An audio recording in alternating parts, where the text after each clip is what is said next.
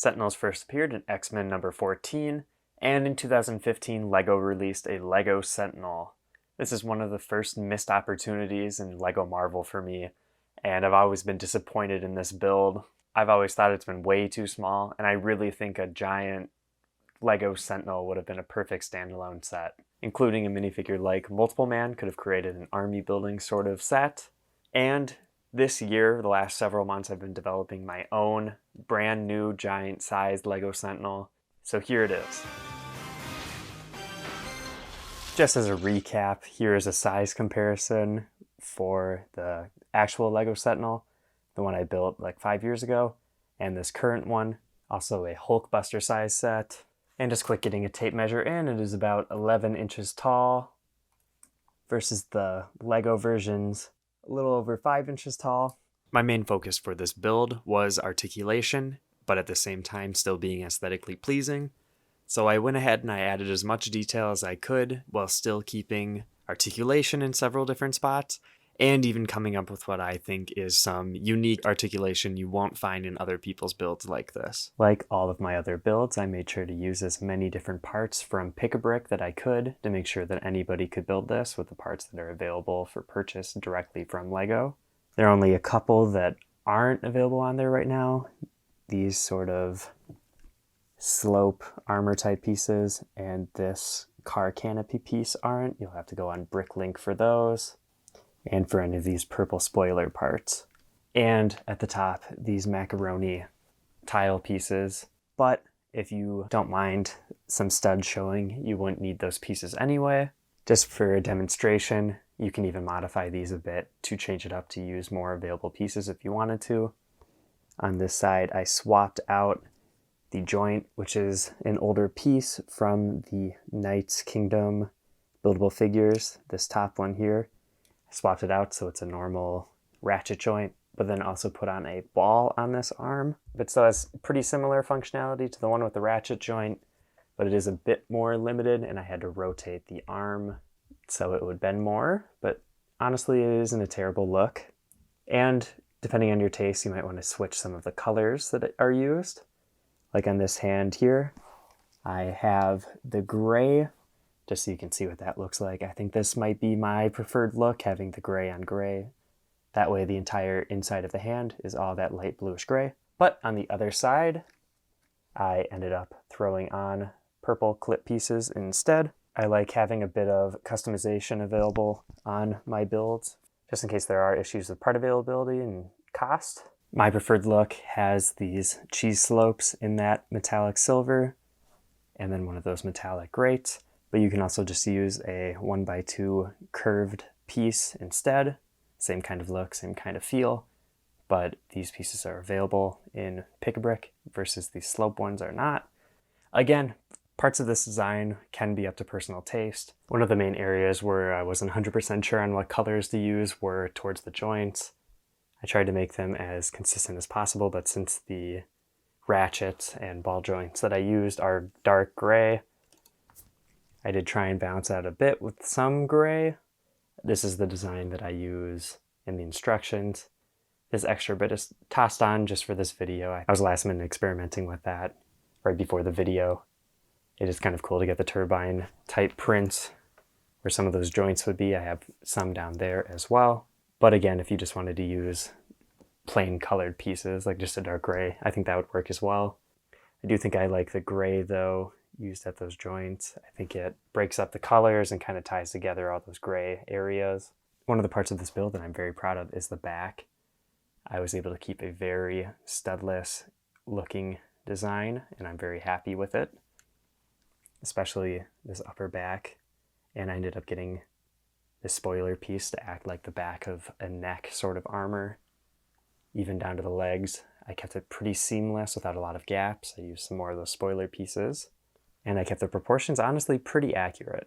Using the holes at the bottom of the feet, you can put flames in there. Otherwise, you can use parts to help impose on a base plate like I did here.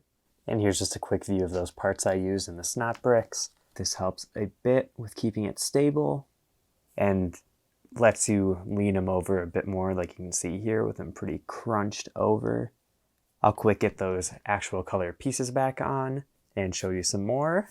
I've changed a bit since my last video. I changed up this chest area almost completely, adding these to the sides and making that middle arc reactor type build a little bit bigger. Still has the same functionality with the ab crunch, which was one of my main inspirations for this build. I wanted to see if I could implement something like this where it can crouch over. Unfortunately, it is a bit top heavy, but if you position it the right way with the feet, it will be able to hold up its own weight. The way I built this also has a bit of pivot at the bottom of that ab crunch as well as at the top. So lots of opportunity for chest articulation. I pictured this being a lot more poseable, but I ended up using ratchet joints, and there's still a very wide amount of range of motion, and I made it so the shoulders go up and down to get out of the way, but to make it proportional, that meant getting rid of some of that range of motion. I did my best to still make it look cool, and I am still pretty happy with this build. Another thing I'm really proud of is the head articulation. There's all sorts of room for tilting and giving it expressions. The head also rotates, so you can have it looking whatever direction you want. The way it's built is also very cool. It has that ball joint piece with that bar, so you can move the head up and down to give it a little bit more range of motion if you want to. That way you can pose it a little bit differently. And when you don't want it in some crazy pose and don't want the gap showing, you can push it down, creating a pretty seamless area up there. I also made it so the legs are pretty seamless as well by adding those curved slope bricks on the side. It makes the bottom seem more wide and the legs end up sticking under the purple part completely, so they're not hanging over too much. Those do affect some of that leg articulation. You can see it kind of bumps into it. But if you pop them off for a pose, it does end up giving you some more range.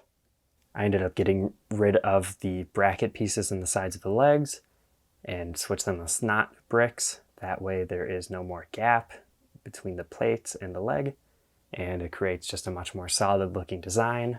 And there is a pretty decent bend at that knee. If you set it somewhere, it is going to stay, but it will maybe flop around a bit just because I used Mixel ball joints just to keep it as small as possible in those leg joints and proportional as I could to a somewhat human character. My station is a bit slippery, but I'll show you how far the legs can go out. It is pretty decent, honestly. Some of those bracket pieces snapping off.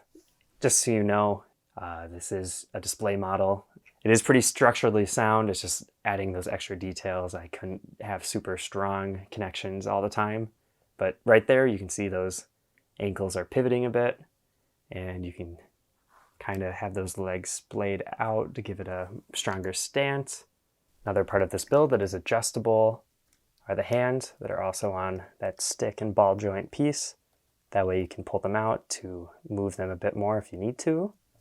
So why my Sentinel?